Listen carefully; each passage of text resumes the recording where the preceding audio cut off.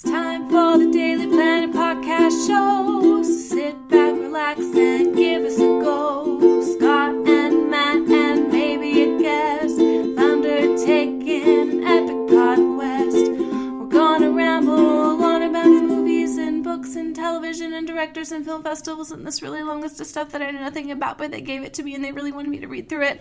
And that's all I can really say about it, but it's gonna be great.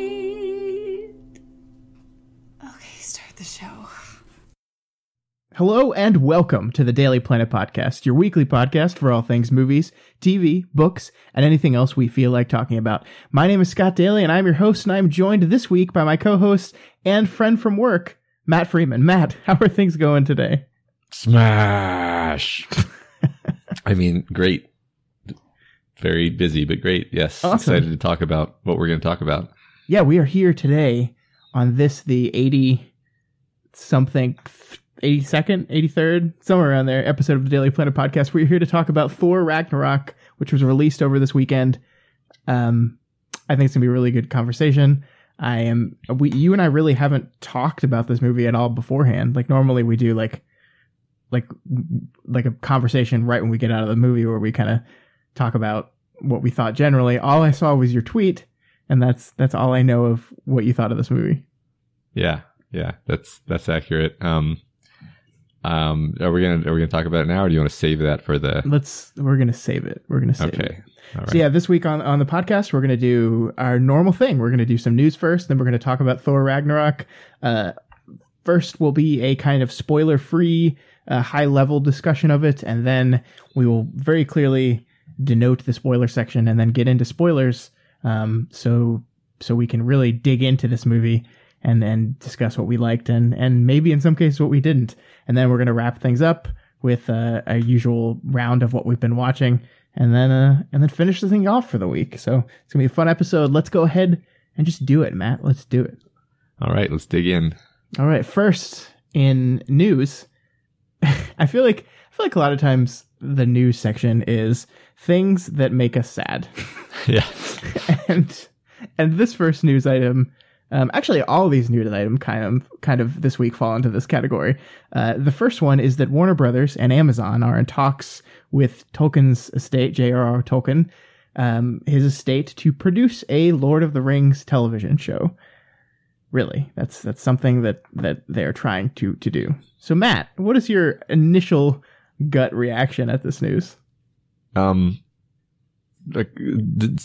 Disbelief on a level. So you mean they're going to make a television show of the Lord of the Rings books, not like Lord of the Rings AU.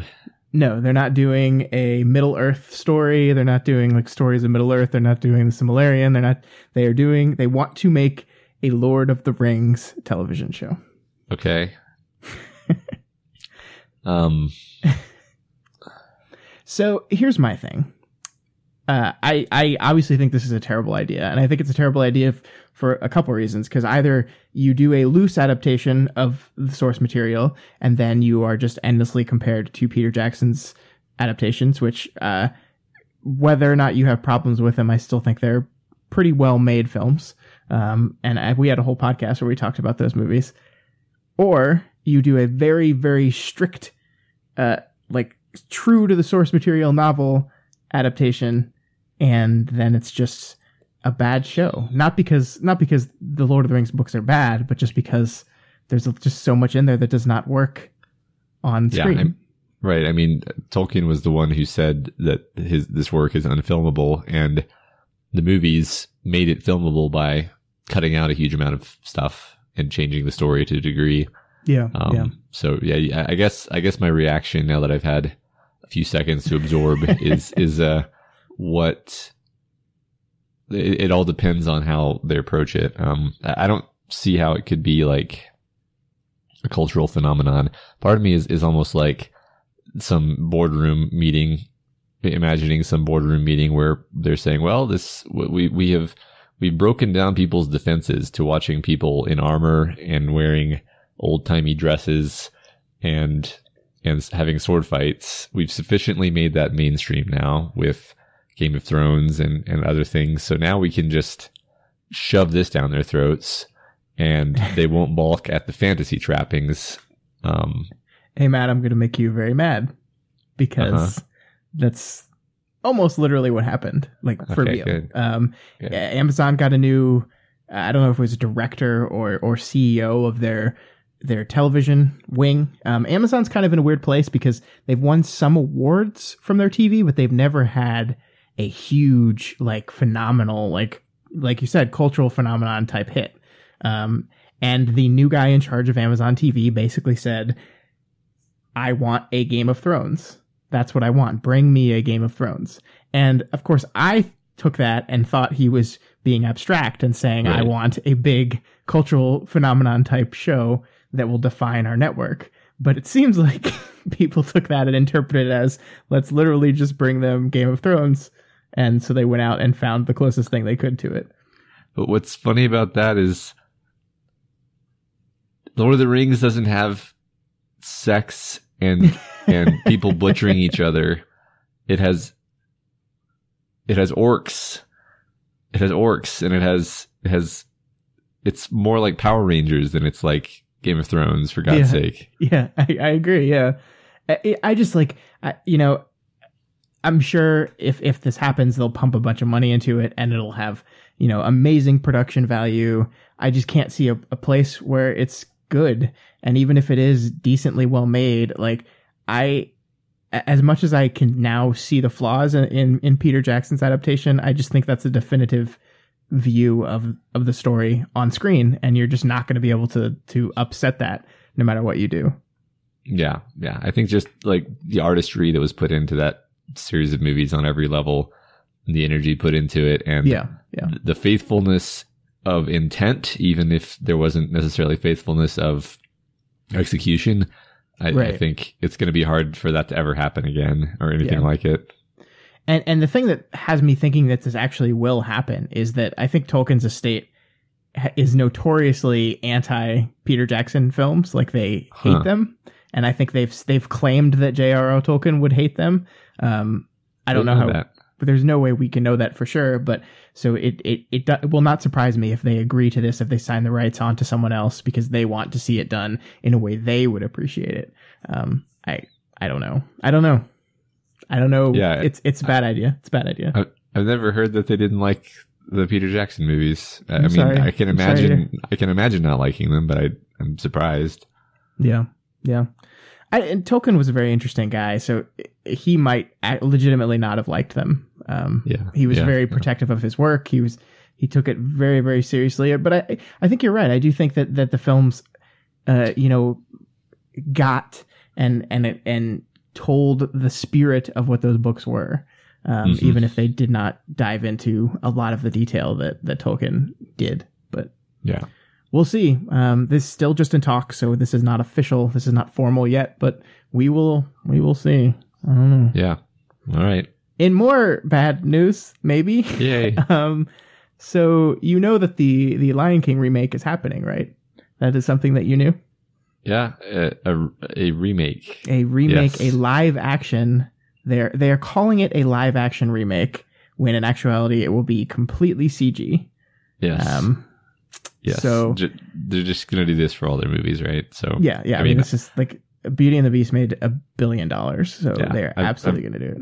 I've already grieved over the fact that Disney's going to do this to all their movies, so I don't need to grieve anew for every time they come out with a new one. Yeah. However, they released their full cast list this past week, and as much as I am like, I don't know if this can be a good movie or not, Matt, this cast list looks pretty sharp. Donald Glover as Simba.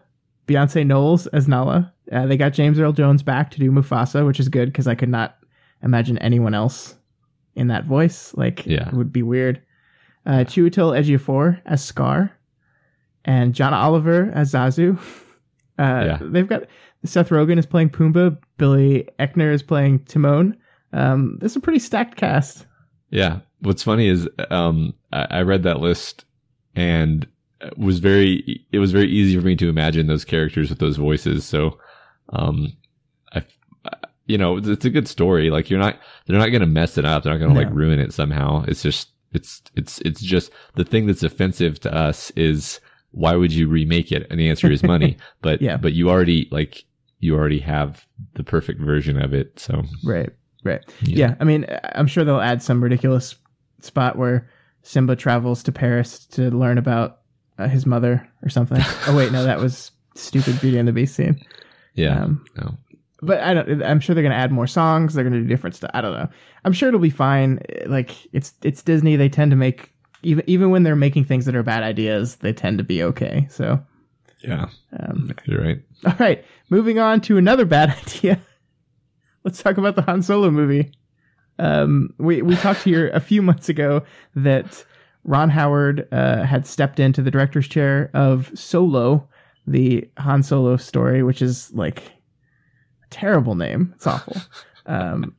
Apparently, Ron Howard reshot. This movie was like 2 weeks from completing production when Ron Howard stepped in, and apparently the rumor is, this is unconfirmed, but the rumor is he reshot 80% of the movie.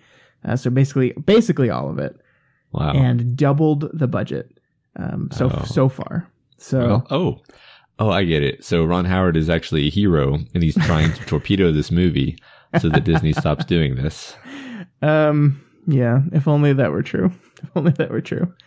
Yeah, I like, again, this is unsubstantiated, but it will not surprise me. I mean, the reason they got rid of Miller and Lord is because they were not happy at all with what they were doing. So I guess Howard came in and was told by the executives that the movie was fairly unsalvageable, and they had to go back to the drawing board. I don't know. Like, I'm trying to remain positive about stuff. Like, we just did 2 news stories where I'm super negative. So I'm trying to think to myself, they could make something good here, but I have very little faith in that anymore. Yeah, I agree. Yeah. There's no indication that it's going to be anything different than what, especially with the fact that these reshoots and everything, it's just like that never ends well. Yeah.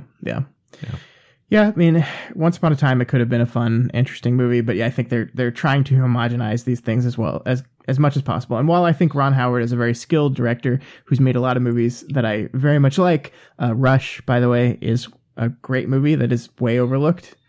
You should see Rush if you haven't. It's great. Haven't. That's the one. It's about the Grand Prix, Formula. Is it Formula One? I don't know. The European racing with fast cars. Okay. It stars Thor. Thor's in it. Oh, good. Yeah, it's very good. It's a very good movie and very underrated. Okay. So Ron Howard's a good director, but he's also a director that plays by the rules and knows when to bow down to the studio, which is, I think, why they brought him in here. So yeah, we'll see. It'll be the movie that Disney wants, not the movie that I want. Yeah, that's a shame. Yeah. All right, and just to wrap things up, a quick box office update. Thor, of course. Thor Ragnarok comes in first place this weekend, making the 17th Marvel film in a row to come in first in its opening weekend, which sounds like a good thing to put on a headline, but actually, of course, it's a big multi-million-dollar movie. It's gonna win the week every time. But 121 million, Matt, that's Marvel's 7th biggest opening, which is pretty good for Thor. It's the biggest Thor movie by like $30 million. And it also beat Spider-Man Homecoming's opening weekend by 4 million. So that's pretty substantial. Yeah, that's surprising. I wonder why, other than the fact that I feel like this was advertised pretty well, because, and I don't know if we're quite segueing into it yet, but I will say about the advertising that I wanted to see this movie, which means that it was successfully advertised to me. And I wanted to see it despite the fact that I didn't like the first Thor movie and didn't see the second Thor movie. So I was very successfully persuaded by advertising. So yeah, maybe they just targeted me better, and that's why me and everyone like me went to see it. Yeah, I think you're probably right. I also think that the Spider-Man part of it is probably because people are just sick of Spider-Man movies. And 117 million for Spider-Man Homecoming is nothing to sneeze at, but the fact that he's like the biggest superhero ever, and Thor, who is like the least well-known of the Marvel ones, beat him. So yeah, I think you're right. It's a lot of advertising. The trailers were very good. They captured the tone of the film very well. So we'll get into that in a couple minutes. But Second place was A Bad Mom's Christmas, which I did not see. It's a follow up to the 2016. They pumped another movie out in like a year and a half, because the first movie made so much money. The overall box office was 166 million, which was so much more than last week when we talked about how it was the worst box office week in a long time, but it was still down from this week last year at 183 million total last year. So, the box office, like if you look at this on a graph, movies are making less money, Matt. Yeah. Overall. Yeah. I don't know why exactly. Economics or something. It's television. It's Netflix's fault. It's all Netflix. Yeah. Did you happen to watch the Red Letter Media review of Thor Ragnarok? I have that not. Came out? I saw it come out. I did not watch it yet. No. Yeah, it came out just a few hours before we're recording this, but I guess I'll mention a couple things about it just because I kind of want to respond to it in a way. But one thing they were talking about is that Disney is actually pushing all these sort of aggressive deals, like with the next Star Wars movie, for example, where they'll be like, if you're going to show our movie, you have to show it for like 6 weeks or something, like longer than you might want to. And that's the deal. If you're not going to show it for that long, then you don't get to show it, and then you're screwed. And how kind of bullying that is, basically. But they can get away with it because they're Disney. And that's interesting, because what that's going to result in is it's going to result in almost a guarantee that the Star Wars movie is going to make more money, but almost a guarantee that the theater is going to make less money. That's interesting, because I sincerely doubt that's like the explanation for why, theaters are making less money, but it certainly seems suggestive of a trend. Yeah, I mean, there's a lot of it. There's so much more places for entertainment these days that going to the theater is not as necessary, except for these. Like, I think the most telling thing is that movie, like a single movie, is making more money now than ever, but movies as a whole is down. So it's like you get people focused on. I think the stat is the average person goes to the theater once a quarter, which is probably about as often as you do it. But you have small children. Right. I think most people, like, that definitely is a big shift in how often people used to go to the theater. So people are seeing movies less. They're going to the movie theaters less. They're getting the movie ticket prices continue to go up because the theaters respond by people going less by raising the prices, so they get more out of each person, which keeps more people away, and it's this vicious cycle. And that's theaters like Alamo Drafthouse have come into prominence because they offer an experience that's not just go see a movie, and that's how theaters are trying to combat these stuff. But yeah, they've got it to try to wrangle in customers, and they also have to deal with the studios who do things like Disney is doing, which that's not the first time I've heard of a deal like that. They do a lot of very weird kind of deals. And like one of the other things is the studio, like on opening weekend, the studio will take 80% of ticket sales, and then you get, and that number goes down the longer the movie's in the theater. But of course, opening weekend is the time when most people go. So, and like, what do the theaters do with a movie as big as Star Wars or as Thor? Like, you can't afford to not show it. Like, then you're the theater in town that didn't show the new Star Wars movie. So They've kind of got them over a barrel. Yeah. Yeah. Yeah. That all makes a ton of sense. It's sad, but it's not sad. Thor Ragnarok. No, it isn't. So let's get into it. Let's talk about Thor Ragnarok. This is the 17th Marvel movie, the third movie in the Thor series, and somehow, inexplicably, I am not tired of these movies yet. And I think this one specifically is largely to do with its wonderful director, Taika Waititi, who has done some of my favorite movies of the past few years, What We Do in the Shadows, Hunt for the Wilder People. He's a New Zealand director with a wonderful sense of humor, and he made the shit out of this movie. So let's talk about it, Matt. What did you think overall of Thor Ragnarok? Overall, I loved it, actually. More than I expected to, but from the very beginning, it was just spot on with like humor and energy, and it moved quickly into the next thing, and it all made sense. And even when it was silly in a way that was fun. And it was just a very enjoyable theater going experience. Yeah. Yeah. Sorry, go ahead. I was just going to say, like, sometimes the circumstances surrounding me going to a movie can ruin it. Like in this time, I had to drive an extra long distance to get to the movie and was worried that my car was going to be towed the whole time I was sitting in the theater. But that still didn't ruin the movie for me, which to me strikes me as like extra credit for this movie. Yeah. I really liked this movie a lot. I thought it was very good. I thought it was very funny. I'm not quite as positive on you. The tweet that we referenced at the beginning of the thing was where you said this was your favorite MCU movie now. And I wonder if your opinion on that has changed. That seemed like a right out of the theater reaction. That was literally a right out of the theater reaction. Yeah. But I don't think my reaction has changed because, so I'm glancing over the list of MCU movies, which is probably something I should have done before now.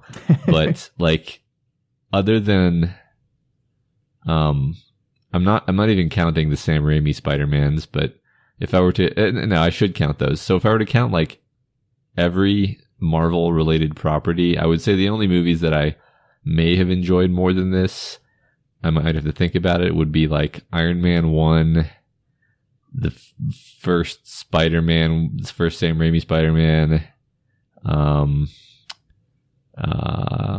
of those, Deadpool, and Blade 3. Just kidding on the last one. Yeah. I mean, like I seriously, I enjoyed this movie.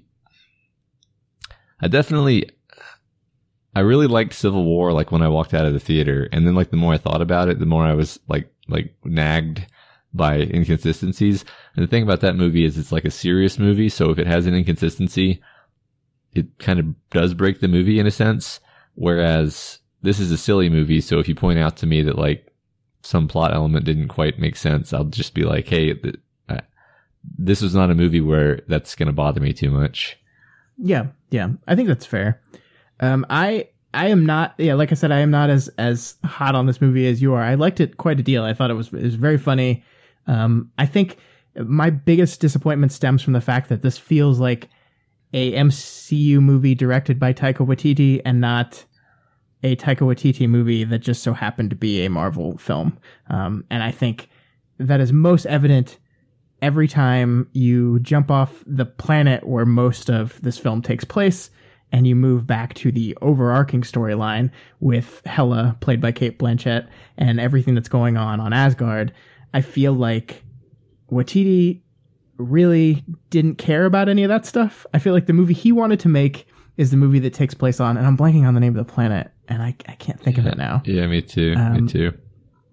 I should have this written down, but like everything that's on that planet, everything that is on this different planet that Thor finds himself on, and a whole bunch of hilarious stuff happens, is great, and it sings and it moves, and I feel like every time we cut away from it, we're back to, okay, here's the Marvel checkboxes we have to do, here's this thing we have to do, here's this thing we have to do, and we get back into, and we eventually get to our third act, which is of course the big fight. I'm not going to spoil anything, but hey, it's a superhero movie, there's a big fight in the third act, and there's still some funny moments in there, there's still some goodness, but I feel like the movie doesn't care about that stuff, and I think that's fine. But it means that there's like a fourth of the movie that I could like completely do without. And I guess that's disappointing to me on a level. Like I thought this was just going to be a comedy movie that takes place in the Marvel universe, where it's really just a funny Marvel movie, which is a weird complaint, but I don't know. I guess I just wanted a little more. It's tough to say that because there's so many individual scenes that I just absolutely love in this movie. There's so many, like, everyone is doing great. Taika Waititi realized Chris Hemsworth's innate comedy chops. He's such a funny guy. He was so funny in the Ghostbusters movie. I think honestly he was the best part of that movie, which is weird because I love all those actresses. but he was hilarious in it. And that's what he does here. He channels this hilarious character. It's almost character breaking. It's almost different from the Thor we've seen before, but I don't care because it's hilarious. Yeah, right. It's just enough of a spin that you're not like, and honestly, I probably wouldn't care because I was not attached to the old Thor at all. The planet is Sakaar, by the way. Oh, thank you. Yes, Sakaar. Yes. Yeah. I guess I guess what you're saying about the fact that it ends up ultimately being an MCU movie that happens to be funny and lighthearted and energetic is true. But I feel like it was still actually a really good MCU movie. I don't know if my quotation marks carried over in that sentence, but it's like all of the side characters have convincing arcs and you care about them. You even care about, is it Timothy Olyphant or is that a different actor? Who are you talking about? I'm talking about Scourge. No, that's Carl Urban. Carl Urban. Yeah, Judge Dredd, look man. The same. Judge Dredd. Yeah. Carl Urban, like you end up caring about so many of these characters, and they get their moments, and it's exactly what it should be in like a silly movie like this, where it works, but it's not like overwrought, and it works correctly. Like, I mean, I think we complained. Maybe we didn't complain about this at the time, but like at the last Spider-Man movie that we generally enjoyed, it kind of, the big dramatic moment where he has to like pull himself together and lift a heavy thing doesn't make sense. Like it doesn't make sense narratively, and it doesn't make sense character wise. It just doesn't connect to anything, and it feels like nothing basically. Whereas that's what impresses me about this movie is you've got, I didn't bother to count, but like at least 5 characters at the end who get a satisfying character resolution moment that fully connects and lands, and you understand what the movie's doing with it. And that's completely aside from it being like a really funny, comedic, fun movie. Yeah, I want to hold that thought because I disagree with you on one of those, but we can't get into it now. So let's right. Make sure we circle back around to that at the end. But I mean, I wanted to talk a little bit about Cate Blanchett because I think she's excellent here, but I think once again, and this is weird because I love Marvel movies. I really do. So like I'm being negative on the more Marvel movie parts of this just because I was hoping for something different here, not because it's necessarily bad, but I think once again we have the idea of a Marvel villain who is kind of nothing, and I think Cate Blanchett does the best she can with the material, but I don't think the movie does much with her at all. I think it hints at things that it could do with her, but I don't think they're fully explored. I don't think her relationship with Thor or Loki or any of our characters, besides maybe Tessa Thompson's character, is really explored at all. That kind of just left me, I wanted more from her. Yeah, you're right that she doesn't really, I mean, I don't know if this is a spoiler, but she doesn't really interact with enough characters for that to, just the dynamics of where people are at various times in the movie sort of force it to be the case where there's just not a lot of chances for that kind of thing to happen. And that is unfortunate. That does feel like a missed opportunity. And part of it's the way that information is doled out to us. I don't think it's a spoiler here because it's told at the very beginning of the movie that Hela is Thor and Loki's sister that they didn't know they had. She's the goddess of death. It says that in the trailers over and over again, but she's also their sister. And there's some interesting things that you can mine for drama out of that, I think, especially since from the beginning, Thor and Loki have had this sibling, like, combative type of relationship. And I don't think the movie really fully realizes that at all. And I think part of that is we're like told via an exposition dump at the very beginning that Hela is Thor and Loki's sister. So there's no dramatic stakes to be mined from that at all. It's just like, oh, this is your sister. And there she is. And then we just move on to the next scene really quick. Yeah.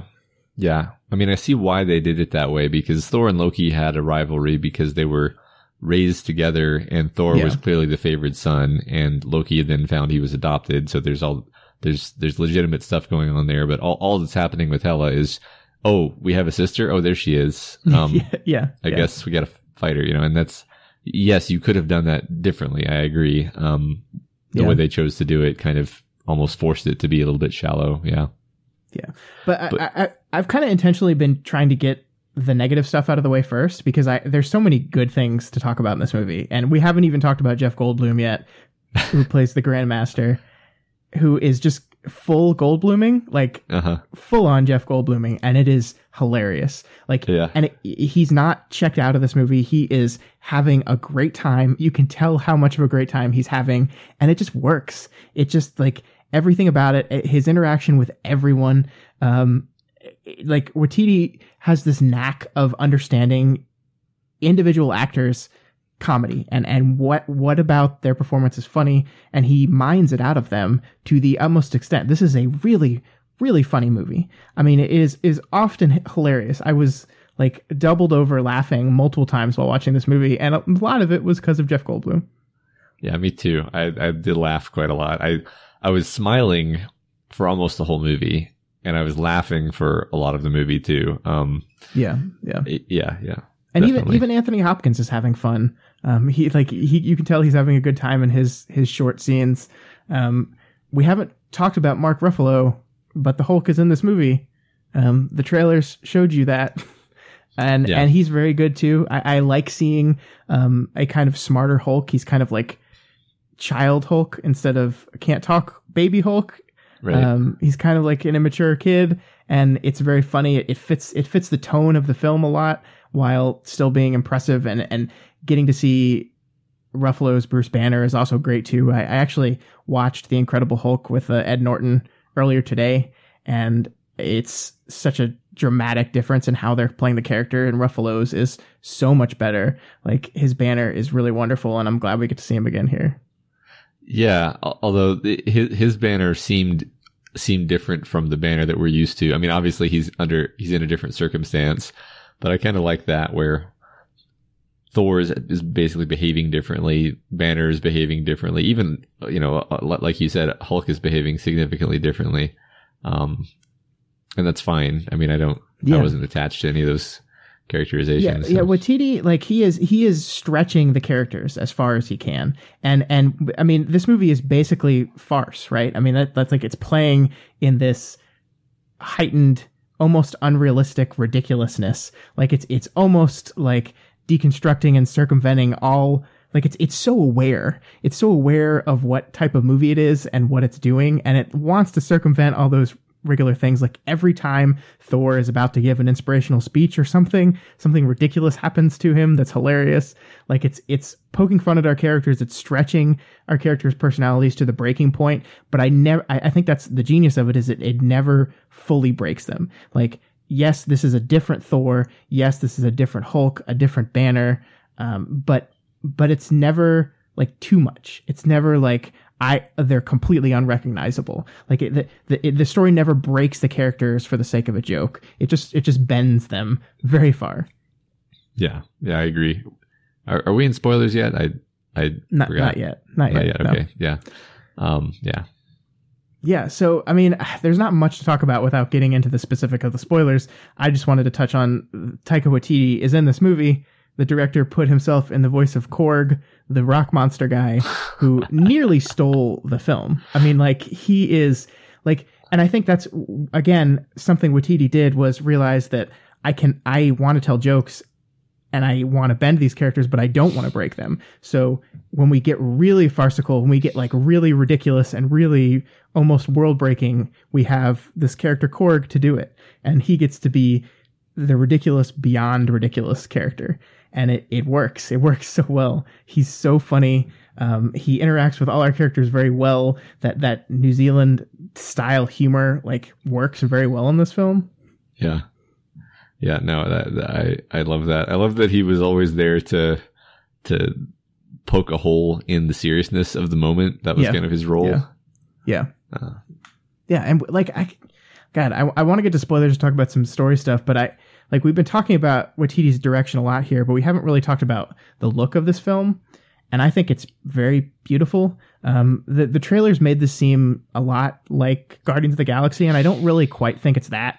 It's something very different. There's moments throughout this film that you could almost just freeze frame, and that would be like a beautiful screensaver. Like the colors are popping, but in a different kind of way from Guardians of the Galaxy. It's scummy when it needs to be, like the look of Asgard and the look of what's the name of the planet? Damn it. Sakaar. Sakaar, yeah. Thank you. The look of Sakaar are very different, very distinct from each other. I love there's parades on Sakaar where people are cheering for the Hulk, and there's this like green dust that's thrown into everything, and it kind of tints everything. I love it. I love it so much. Yeah.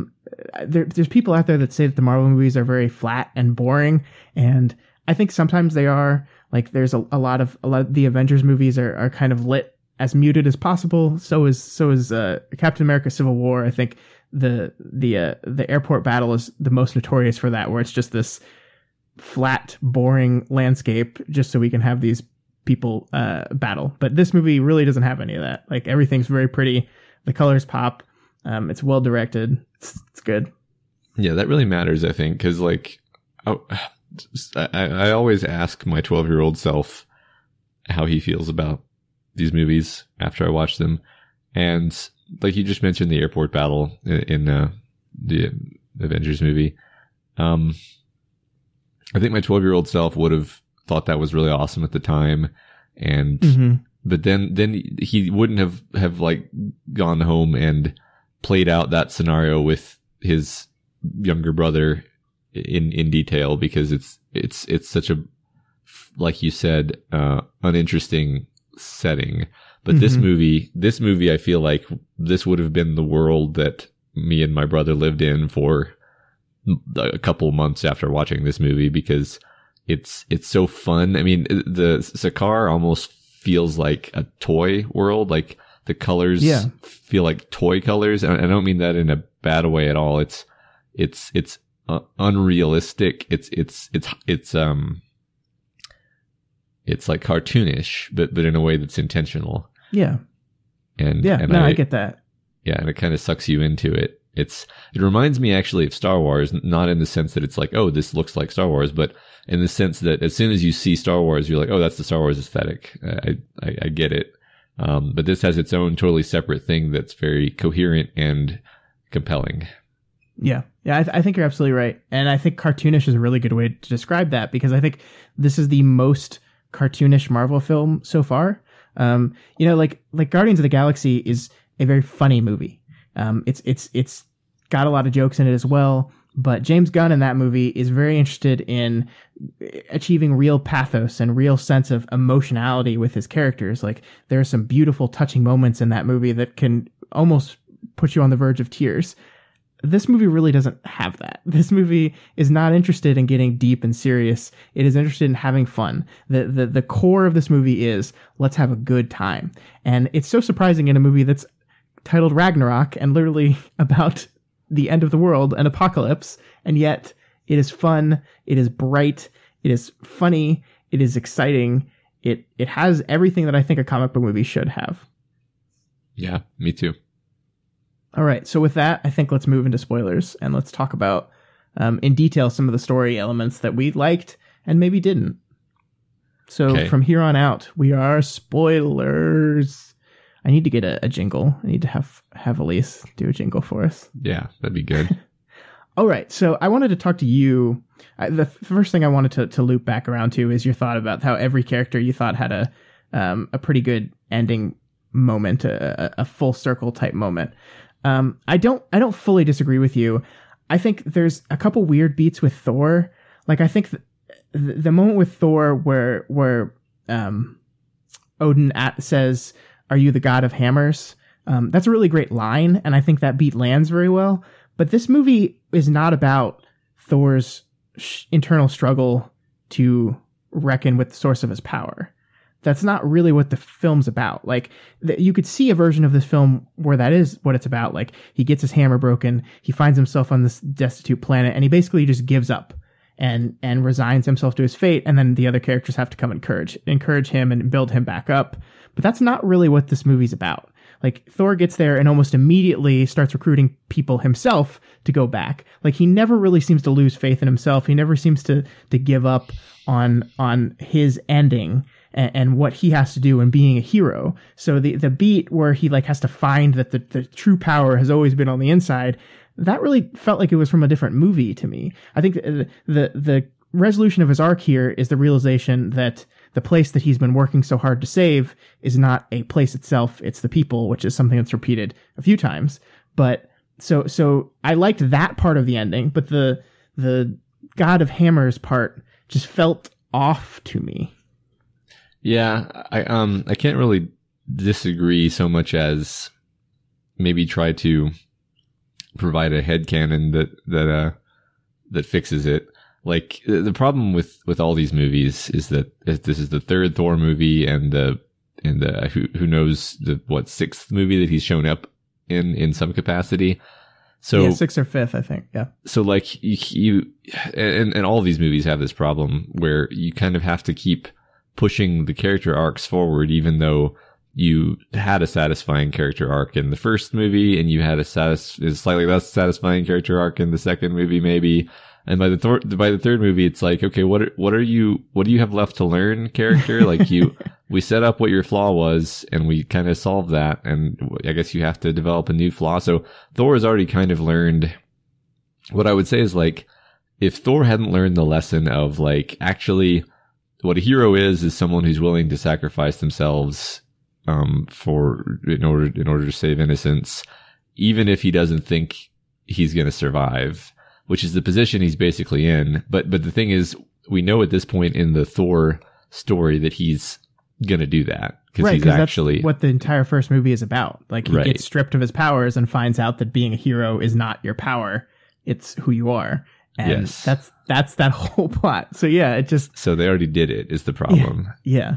And if anything, the problem is they tried to reuse the same struggle in a movie where it's like, well, it's not a struggle. And I agree with you that you don't really feel anything about the fact that he gets his powers, except for the fucking badass right music cue that just makes it complete. You're just like, I don't care that this doesn't emotionally land because you've tricked me by putting the music cue here, and that's just fine by me. Right. Yeah. And look, like, that's the thing is, like, I love the part of his arc that is reckoning with the idea that the place that you've been trying to save, you actually have to destroy it to save its people. I love that arc. I think that, like, and again, I think Waititi is not super interested in exploring that in any kind of real detail. I think it's very just kind of on the outskirts of the story. It's much more interested in telling funny jokes and doing fun action, which I think is fine. This is a comic book movie, but I guess I've seen other Marvel movies explore these things more, and like I felt like just some of those beats were out of place, and that's kind of where I was going with the whole Hela thing. Is, you know, if the movie had not revealed that Hela was his sister, and like if like, let's say Odin dies and they're just back on Asgard and suddenly she shows up and they don't know who she is, they don't know what's going on, I think there's more drama to be mined from the story that way.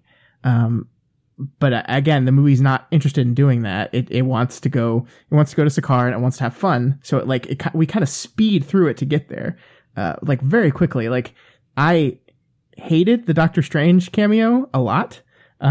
It was very just like kind of sudden, and we moved through it as fast as possible. It was like a 2-minute scene and we're done. It was like, what was that? And I felt like that's what, like, the movie was rushing to get to Sakaar because that's where it wanted to be. And that's fine. I just, like, that's your first act. And it just felt a little like, okay, we just got to get through this to move on to the stuff we care about. This is really interesting, conversation, I think, because I don't know what it's almost impossible to know what the right answer would be without, making our version of the movie, because this all comes down to how tone works. And if you mess with the formula even the slightest amount by putting just a little bit more heavy drama, then there's a chance that you mess up the lighthearted momentum and propulsiveness that you had going. Yeah. So, and I'm not saying like, no, you can't, Scott, you can't include more dramatic elements because that would mess up the light tone, because like Guardians sort of has that, like you said, but Guardians doesn't have the same tone as this movie. So I'm just like, I don't know enough of the alchemy of tone to know if you really could, have this movie be like significantly more dramatic while also keeping this, cause I think my favorite part about it is the tone, like, the fun tone. And I certainly don't want to sit here and armchair rewrite the movie. I'm trying to find why everything outside of Sakaar felt so periphery to me, like so much in the background. And I think that's why. I think it's because like there's just a general disinterest in that part of the story. It felt like that whenever we left that planet, we were just checking boxes and we were saying, okay, this is what we need to do for this part and this is what we need to do for this part. And yes, there's still some really fun parts in that. I think the fighting on the light bridge at the end is beautiful. Like Hulk versus a giant fucking wolf and everyone fighting each other. I thought all that was really great, but like everything, like the story part of that got you there was just so bare bones. Yeah, I think one thing that I kept kind of laughing at that I wasn't supposed to laugh at was, and this is probably silly and really minor, but like they keep saying like when Hela returns to Asgard, her power will become unimaginable, and it's like, okay, so she just got really good at throwing sword weapons. she just throws a lot of sword weapons. Yeah. Like I thought she was, because the trailer kind of gives you the sense that she becomes truly like godlike and can, would be like impossible to defeat with Thor and his punching powers. But no, she basically just has the standard Asgardian level punching powers. I guess she's more durable maybe, but they're all so durable that it doesnwhich then she has the sword throwing power, which I think is actually like these are super powered people that are basically unkillable fighting each other. And while I think this part of the movie is very checkboxy, I never found the action itself monotonous, because I think it's not that the stakes aren't there. It's just that the movie is having so much fun with itself that like you don't care. Like there's so many jokes and fun beats mixed in with the invincible people punching each other in the face parts that it's still fun, even though like there's just no real result of this punching is going to happen. Like nothing's going to get solved in this. Like these people are basically all unkillable. Even the ones that tend to die, like Loki, have come back to life so many times that like it doesn't even feel like they can die anymore. But it doesn't matter. It never hurts the movie for me. Yeah. So, and I think there's a really good reason for that, which is like, what kind of bothered me about like the end of Avengers, for example, is that there's all these superpowered guys and there's quite a lot of screen time of just them punching, relatively weak kind of bug alien monsters. And it just kind of goes on like that. There's not a lot of, and then this, and then therefore this. Whereas in this movie, you have like the struggle of Banner with the fact that he's terrified of that if he becomes the Hulk again, he's going to lose control and stay the Hulk for another 2 years and lose himself completely, or never come back. And him seeing the people being killed and deciding that it's worth it and throwing himself out of the spaceship. That like what you care about is the dramatic decisions that the characters are making while punching each other. It's not about the punching. There's a lot more happening than the punching, and that's exactly why it doesn't bother you that you're almost never like, this doesn't matter because nothing can happen here. Yeah. I will say the Avengers scene, I think that worked okay for me because that is basically Marvel taking a victory lap. It's like, we did it. Like, no one thought we could bring all these characters together in one movie over the course of 5 lead-up movies, and that is basically the moment where they all come together and Marvel's just like celebrating by just letting them go nuts. And that's why I think I like that, is because like that moment, like I'm not bothered by the mindless action and the mindless killing of a bunch of different things, because it's like, holy shit, look, these characters are on screen all together fighting things, and it's like this holy shit moment. But yeah 17 movies later, that has worn off a bit, and you need to do different things with it. And I think that's absolutely where this movie succeeds.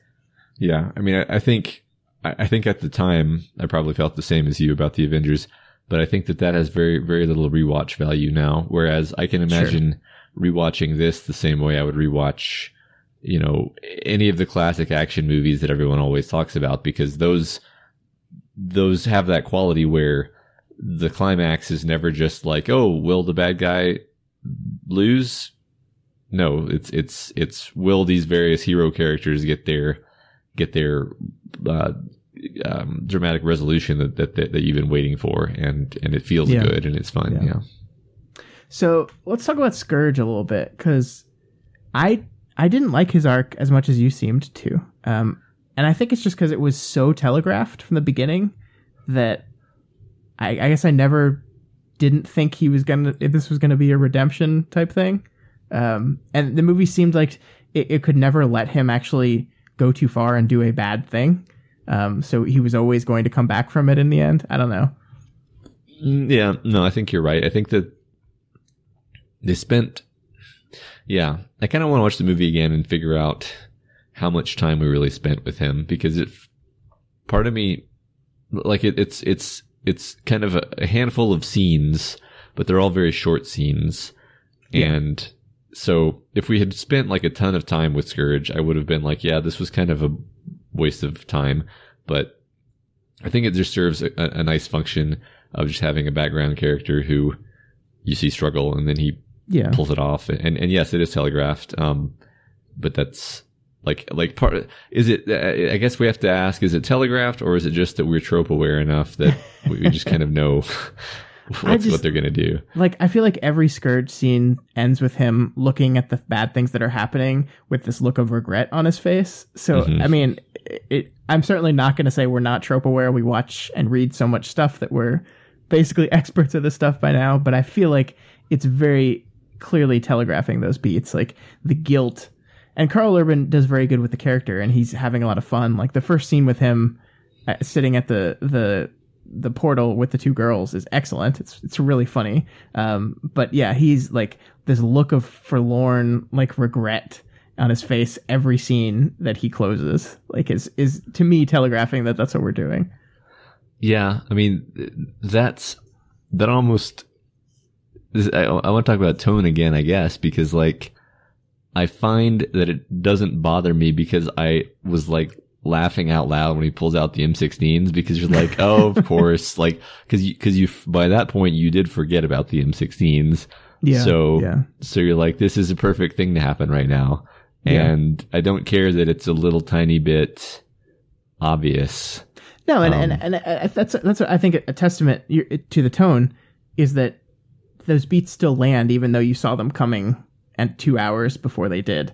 Like it is still so hilarious that he jumps out of a spaceship with 2 M16s shooting undead warriors with them, and the ridiculousness of that sentence, like, it doesn't matter. It's fun. You're laughing, you're smiling, and it works. Right. And that's the thing, is like, I am so jaded and generally bored of these movies. Like, I mean, remember how negative I was about like Wonder Woman, which apparently I was the most negative about Wonder Woman in the world. Which is shocking. Yeah. Yeah. But like to me, it's really remarkable when you can have a moment like that, or when you can have the moment when Thor finally activates his lightning powers, which sounds exactly as corny as, like, that's the kind of thing that normally I would roll my eyes at and be like, oh, this is just another example of that. But it works so well in this movie that it completely touched my 12-year-old self and was like, hey, this is the most badass hero finds his inner strength and comes to save the day moment in all of these movies you've seen so far, even if it's the most ridiculous. Maybe that's the trick to cracking a cynical person like me, is to just wrap it in a package of lighthearted humor. I don't know. Yeah, and I think it's part of the Deadpool factor, although not nearly as extreme at that, but it is a movie that is seemingly aware of itself. It's never fourth wall breaking, but like when Thor like throws the ball against the glass and it bounces back and hits him in the face. I mean, that's a movie that's aware of itself. Like, he's having this hero moment and he just gets smacked in the face. And that happens multiple times in the film, that he's about to give this heroic speech and something ridiculous and absurd happens to him. And like, it gives you those beats, but it then almost subverts them right after, because like the thing you're talking about where he finally gets the lightning power and like lightning bolts the shit out of her, there's a line almost right after that scene where they're like, a fighter again, like throw a lightning bolt at her, and he says like, I just gave her the biggest lightning bolt of all time and it didn't do anything. And so it's so aware of itself and is like so ready to just have fun with it. And I think as much as I've complained about some of the arcs and some of the story elements because they were clearly kind of second thought in this thing, like you're right that it almost doesn't matter. It just, I had so much fun sitting in that seat watching this movie. Yeah. I don't know what other specific elements. I really wish they hadn't ruined the reveal that the Hulk was the champion in the trailers. Yeah. Because that was building up so well, and as it was building up, I was like, man, I can't imagine how overjoyed I would be if I didn't already know how this was going to end. Yeah, I mean, it's filmed like a huge reveal. Like it's and of course they're going to do that because they're not in charge of marketing. So when they're writing this movie, that if you were completely ignorant of any of the marketing, this would have been a huge reveal.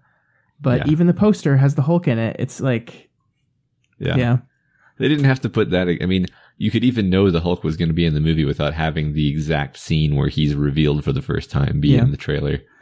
What did you think about Tessa Thompson's Valkyrie? We haven't really talked about her very much.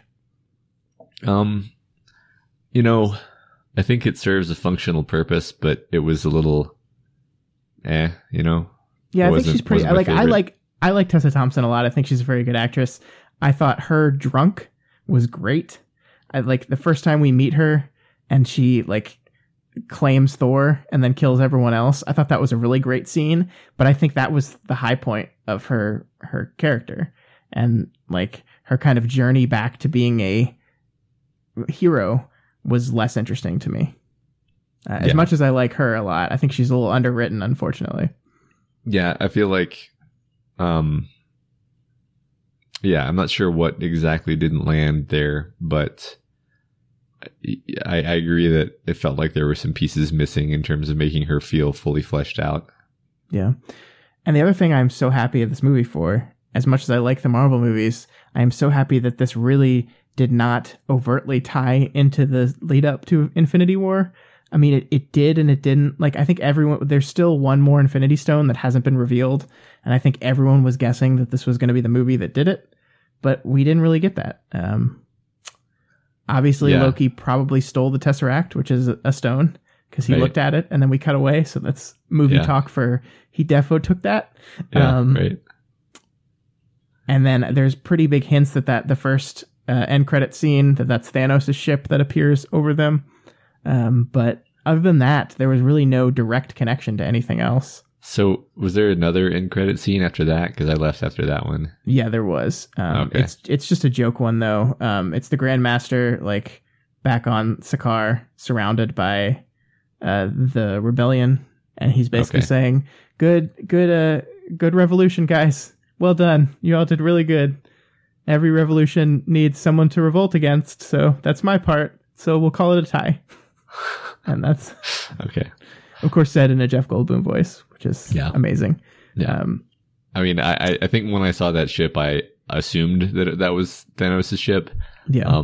with just based on, the fact that they usually try to put something Thanos related into the post-credit stuff. I want to talk about Loki, actually. I did want to talk about Loki because, and this isn't a criticism of this movie. It's more just an observation about this whole thing and how difficult it is to do these long things, because Loki's character, I think, is the most jarring transition here. I feel like his character has been almost abused in the sense of changing what his character actually is from movie to movie. It's like sometimes you think he really cares about Thor, and then sometimes you think he's just a complete psychopath, and then sometimes you think he's maybe working for somebody else for some specific purpose, and it makes for when you think about his character over the course of all of these movies, you find that there's not a lot of clarity, and it makes it difficult to connect with him. I think that's very fair. I think you're right that we want to play the Loki's going to betray you joke so much that it almost loses meaning. And the movie kind of sort of addresses that when he betrays them at the end, and Thor, of course, predicted it. But yeah, I mean, like, where does he stand? Like, he was a bad guy, and then he was the villain of Avengers, and then in Thor 2, which I know you didn't see, but Thor teams up with Loki much like he does in this movie, and then dies. So like there's this redemption angle to it, kind of, where, oh, like Loki sacrificed himself for his brother and he died. And then of course we start this movie and he's like exiled their father and pretending to be king, which we didn't talk about the amazing play. Oh my God, the play. Oh my God, Matt Damon playing Loki. What the fuck was that? That was amazing. Yeah, I was like, wait a minute, is that? It took me a couple seconds. Like, is that really? And I was looking on IMDb and they didn't even list him. Thank God. So that's a complete surprise appearance there. That's really funny. Yeah. But like he's like, I don't know what we're supposed to think of him at this point. Like that, like, I think the movie kind of lands on like, you're always going to be the god of mischief. Like that's just like, there's very much a little through line of like, be who you are in this movie. There's it with Bruce Banner and the Hulk, and like acceptance of the Hulk, that he is the Hulk. There's Thor, like, we talked about how much I didn't like it, but his little beat about like that he is the god of thunder, that it's not his hammer, it's him. There's kind of like the fact that they covered up the true history of how Asgard was formed. So I guess that's kind of one of the through lines of the movie, is like, this is who you are, just accept who you are and be that person. And you could say that the movie is like everyone just coming to accept that Loki's always going to be the guy that maybe will betray you, maybe won't, and that's just who he's going to be, and we just have to deal with that. I don't know. Yeah, that's interesting.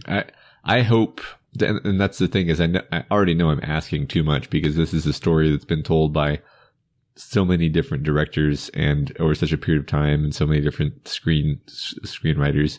But if he's had a consistent motivation this whole time, and that motivation is going to be revealed in Infinity War to be like, oh, Thanos has basically been using him this whole time, then his character could potentially like retroactively make coherent sense.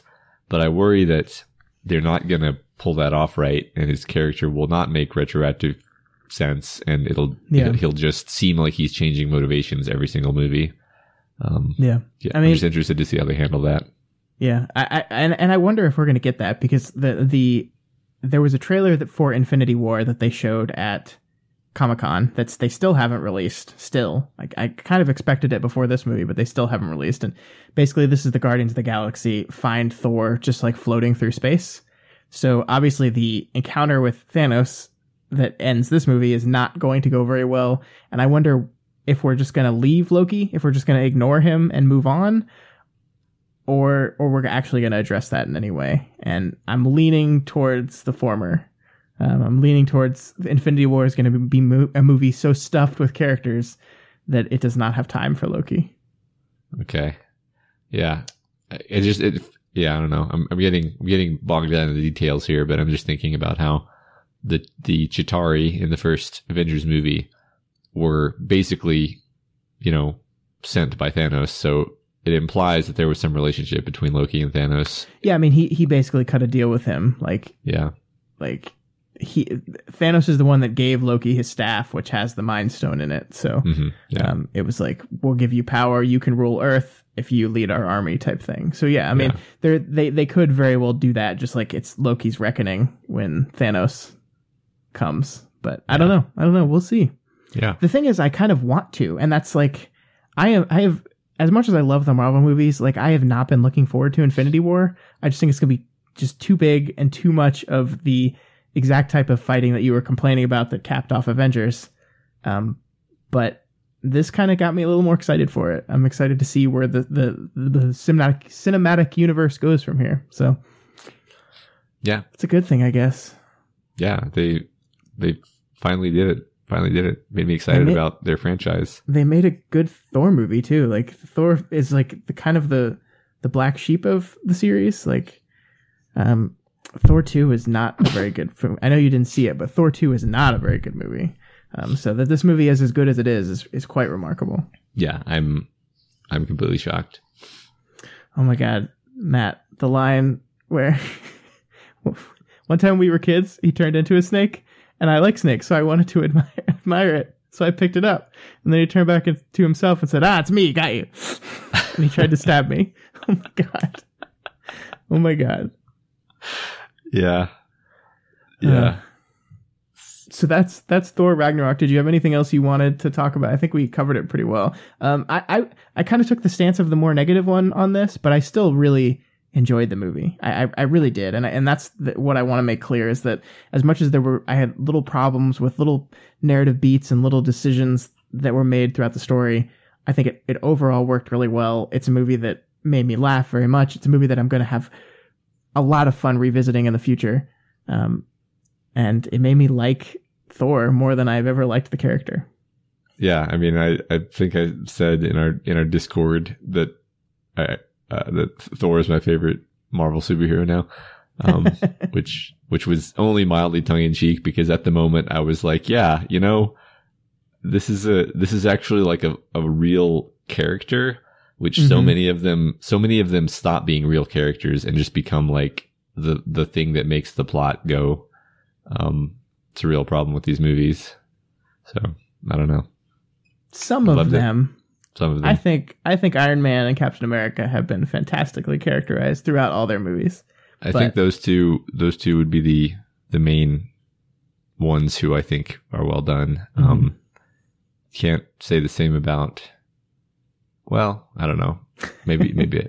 Well, I mean, the ones who don't have their own movie do pretty well on a movie to movie basis, but there's some. I don't know. Yeah, no, I get what you're saying. Yeah. Sun's going down, Matt. Yeah, sun's going down. Stop saying that. That was so good. There's so like these movies really work on their own if you haven't seen any other movies. But if you didn't remember that from Age of Ultron, that joke just wouldn't have worked near as much. And luckily I did, so I loved it. Yeah. All right, so that's Thor Ragnarok. Another successful entry in the Marvel Cinematic Universe. I think it's going to do very well. I will, of course, buy it when it comes out and watch it many times. And we'll probably talk about it again when the next Marvel movie comes out, which will be Black Panther in February. Yeah, speaking of buying it, I'm very excited of that. I was pretty soon after watching this. This is one of the first movies lately where I've been like, I want my kids to be just a little bit older for the like melting people with the stick scene. But the melty stick scene, because I think that would have disturbed the hell out of me when I was a little kid. But I think they would enjoy this movie. Yeah, I think so too. And I think like as we close here, like one of the things that's really hard to convey in podcasts is how good the humor is, because like you just kind of fall back into repeating the jokes, right, which I just did a few minutes ago and is never the best way to explain how things are funny. But this is a very, very funny movie. Yeah. Yeah, I mean, like we said, all you can really say is like I was legitimately laughing for most of it. Yeah. Yeah, and if you've seen any of Taika Waititi's previous films, it's that exact same type of humor.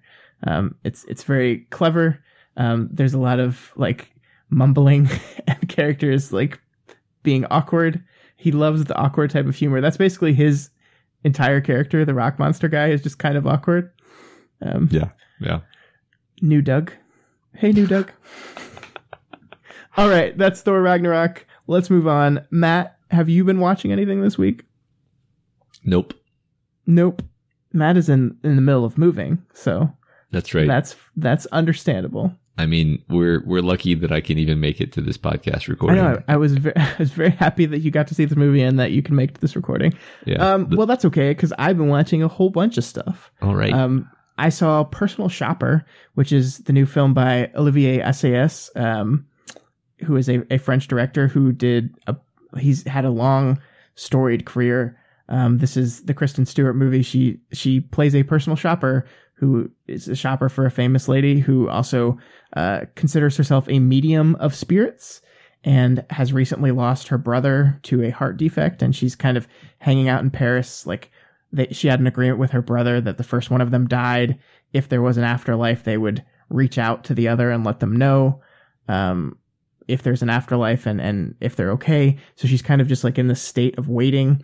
And then she starts to get these weird text messages from this unknown number that she interprets as coming from her brother.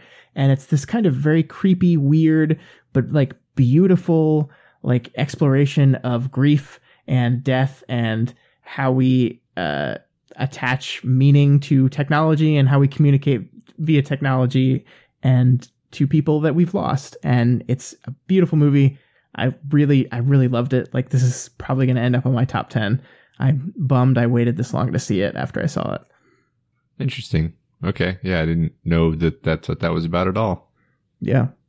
It is available to watch on VOD right now because it was from earlier in this year. I got it via the Criterion Collection because Criterions are 50% off at Barnes & Noble right now, which is the time where I spend all my money. Wow. So I went and bought it this week. It's very good. Very happy. Cool. And then the other thing I've been watching is my wife randomly said to me the other day, I want to rewatch all the Marvel movies after we got out of Thor. So I was like, okay. Yes. So we started doing that today. We watched Iron Man, The Incredible Hulk, and Iron Man 2. And it is very interesting going back to these old movies and seeing how different the Marvel Cinematic Universe is, but kind of how similar it is still. The thing that really jumped out at me is the scene at the end of the original Iron Man where Tony Stark basically is sitting down at a press conference and then admits that he is the Iron Man, and that's how the movie closes, which is very tone setting for Iron Man and for Tony Stark, but is also kind of, if you think about it, very tone setting for the Marvel Cinematic Universe in general, because this has never really been a series about secret identities and the complicated nature between being a superhero and being a normal person. This has always been something a little different. And that set the tone of it like immediately. Yeah, no, that's true. Yeah, almost. Yeah, we've remarked before, mainly in conversations about Worm, how secret identities don't matter at all. And you see these people's faces almost all the time. So, yeah. And The Incredible Hulk, still not a very good movie, unfortunately. I really wanted to like that one, but it's not very good. Doing a solo Hulk movie is very hard, which is why they've yet to do it since that original attempt. Also, I think some like rights issues. I think if there's a solo Hulk movie, it's distributed by Universal and not Marvel Studios. I don't know, some weird rights stuff, but I'm kind of glad because I think it's difficult to do a just Hulk story. Yeah. Well, one thing I liked about this movie is that the Hulk was basically alive for 2 years, and you could headcanon it and say that's why he can like talk in complete sentences now and is his own character and not just a rage monster. And you could even go so far as to say that maybe, he has better control over himself now. I think he probably does. And, a Hulk movie where the Hulk is just a rage monster is pretty boring. But maybe the Hulk movie about this Hulk would be better. Not that I'm saying I need to see that, but it would make more sense. I think you're right. I think that's a good point. Yeah. And that's all. I'm looking forward. We're getting into the ones I really like. The original Captain America is, I think we have the first Thor next, and the original Captain America, which is a really underrated entry into the MCU. I think it's actually really good. Captain America: The First Avenger. I'm really looking forward to rewatching that one. Yeah, I should revisit some of these because, like I've said, my cynical mind has kind of like amplified the problems with them and forgotten the good things, especially because I do things like watch Red Letter Media reviews and then just kind of only remember the stuff that the Red Letter Media guys talked about and allow that to be my opinion, which is not very responsible of me as a critic. Yeah. All right. So that's all we have for you guys this week. If you have any questions, comments, or just want to throw your 2 cents into the ring about Thor Ragnarok, you can reach out to us via email at dailyplanetfilms@gmail.com or on Twitter at dailyplanetfilms. If you're not already subscribed to this podcast, we encourage you to do so and ensure you never miss an episode. You can find us on iTunes, Stitcher, YouTube, Google Play, and pretty much anywhere else podcasts can be found. Yes, and a special reminder for all of you, this Friday, November 10th at 9:30 p.m. Central Time, the book club is meeting once again for our live stream discussion of Carrie by Stephen King. We encourage you all to come join the conversation. It's going to be over on YouTube. We're going to send out a bunch of reminders about it in various places, but I'm very much looking forward to that, so come join us. Yeah, that's right. And if you like this show and all the other shows that we do here, consider becoming a patron of the Daily Planet. You can pledge $1 a month or whatever else you can afford to help ensure we keep growing and keep making new content. There's lots of Patreon exclusive content and rewards, so go ahead and check us out at patreon.com/dailyplanetfilms. Yeah, and please consider rating and reviewing this podcast on iTunes as well. Every review really helps us get more exposure and introduce new people to how awesome we are. So that's it. That's all we got for you guys this week. Matt, I thought that was a really great discussion. It was really fun talking to you about a movie where we both kind of liked it. And I'm not used to being the more negative one on these things. So yeah. It was refreshing. Yeah, for me too. Yeah. Next week on the podcast, we are finally going to talk about Stranger Things 2, not season 2. They're just calling it Stranger Things 2 because it's actually just a 9-hour movie. That's all it is. But I think, Matt, you were, out of all of us, you were the one that was like most in love with the original season. So I'm really looking forward to talking this thing out and seeing what you think of this one. Yeah, I haven't seen it yet, but I will definitely. Well, I'll try to fit it in. We'll see about that. Once you start, I think it'll go by pretty quick. Right. Okay. Yeah. Well, tune in next Monday for that. Thank you, and we'll see you all next week. Podcast is over. It's done. We hope you all had some fun. Go back to your work or your school. Maybe the gym. Hey, that's cool. Regardless, just go away.